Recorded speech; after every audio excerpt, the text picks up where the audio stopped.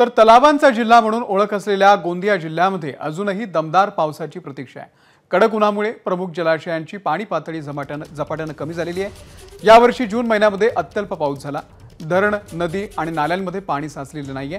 परिणामी गोंदिया जिल्ह्यातील सिंचन प्रकल्प अद्यापही तहानलेलेच आहेत। संपूर्ण परिस्थितीचा आढावा घेतलाय आमचे प्रतिनिधी देवेंद्र राहंग गडाले यांनी।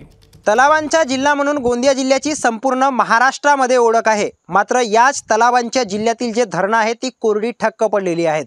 त्याला कारणही तसंच आहे। दरवर्षी जून महिन्यामध्ये मोठ्या प्रमाणात पाऊस येतो, मात्र यावर्षी दरवर्षीच्या तुलनेत कमी पाऊस पडल्यामुळे गोंदिया जिल्ह्यातील जे धरणं आहेत किंवा तलाव आहे ते कोरडी ठक्क पडलेली आहेत। मी सध्या गोंदिया जिल्ह्यातील पुजारी टोला या धरणावर आहे। आपण बघू शकता की या पुजारी टोला धरणामध्ये केवळ 35.14% पाणी साठा आजच्या घडीला शिल्लक आहे। तर मागच्या वर्षीचा जर विचार केला तर हाच पाणी साठा 88.13% इतका होता।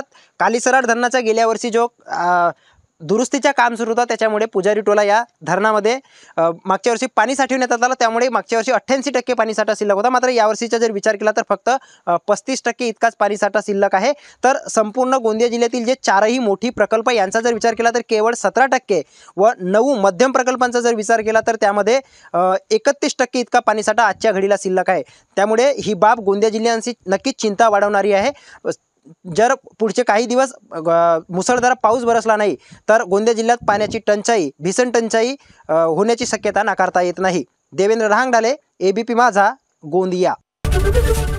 एबीपी माझा, उघडा डोळे बघा नीट।